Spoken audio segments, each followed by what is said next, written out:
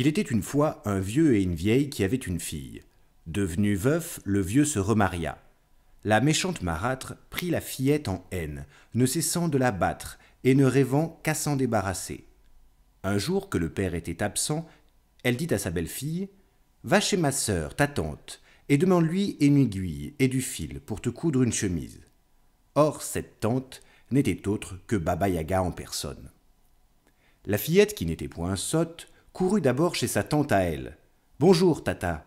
Bonjour, ma chérie. Que se passe-t-il ? Mère m'envoie chez sa sœur lui demander une aiguille et du fil pour me coudre une chemise. » Alors sa tante la mit en garde. « Là-bas, ma nièce, quand le boulot essaiera de te cingler les yeux, attache-le avec un ruban.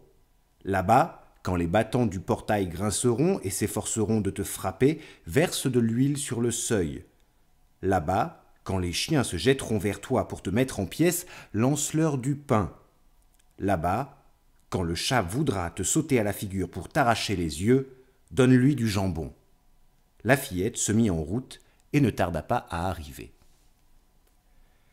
Tout à coup, devant elle, apparut une chaumine.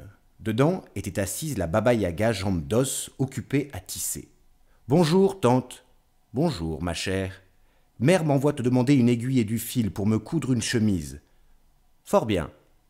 Assieds-toi et tisse en m'attendant. » Tandis que la fillette s'installait au métier, la Baba-Yaga sortit et dit à sa servante « Va chauffer l'étuve pour laver ma nièce. Surtout frotte-la bien, car je veux en faire mon déjeuner. » La fillette avait tout entendu, et elle restait là, plus morte que vive.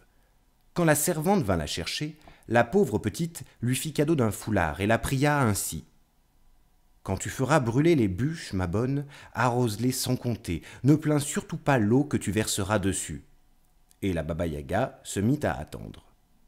Elle s'approcha de la fenêtre et questionna. « Tu tisses toujours, ma nièce ?»« Mais oui, tante, je tisse. » Quand la Baba-Yaga se fut éloignée, la fillette en profita pour donner au chat du jambon et pour lui demander « Dis-moi comment faire pour m'en aller. »« Tiens, voici un peigne et une serviette, répondit le chat.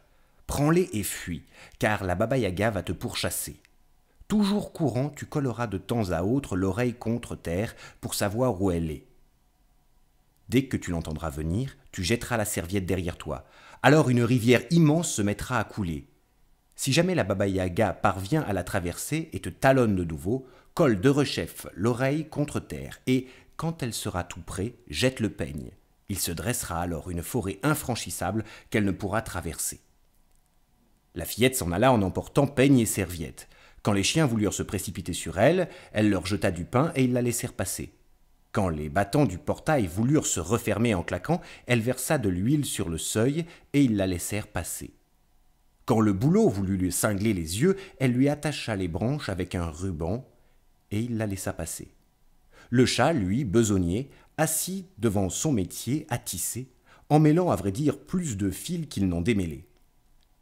La Baba-Yaga s'approcha de la fenêtre et questionna « Tu tisses toujours, ma nièce ?»« Mais oui, tante, je tisse, » ronronna le chat.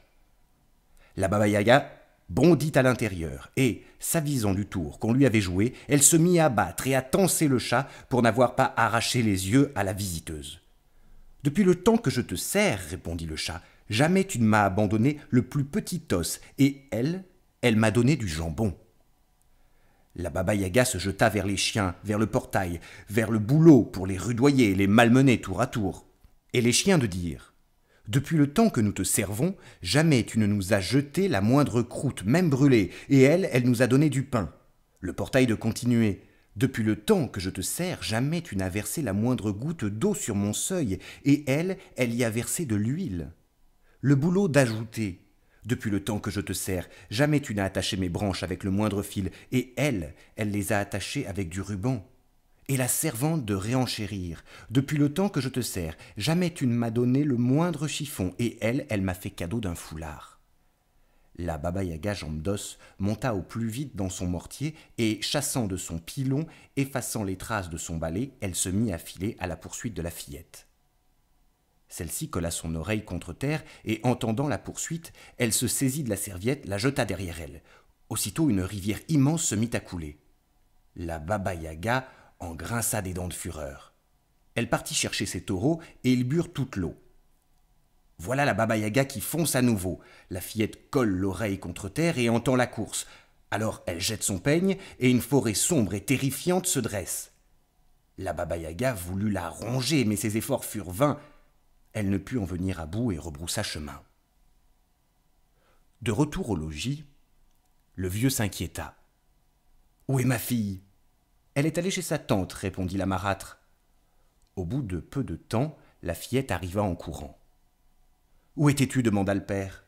« Ah, mon père, si tu savais, dit-elle. Mère m'a envoyé chez ma tante lui demander une aiguille et du fil pour me coudre une chemise. Mais ma tante, c'est la Baba-Yaga, et elle a voulu me dévorer. Et comment t'es-tu échappé ?» La fillette raconta. Quand le vieux sut tout ce qui s'était passé, il se mit en colère contre sa femme et la fusilla. Et il se mit à vivre avec sa fillette en amassant du bien. J'y étais. De l'hydromel et de la bière, j'ai voulu goûter. Sur mes moustaches, ils ont coulé. Dans ma bouche, rien n'est tombé.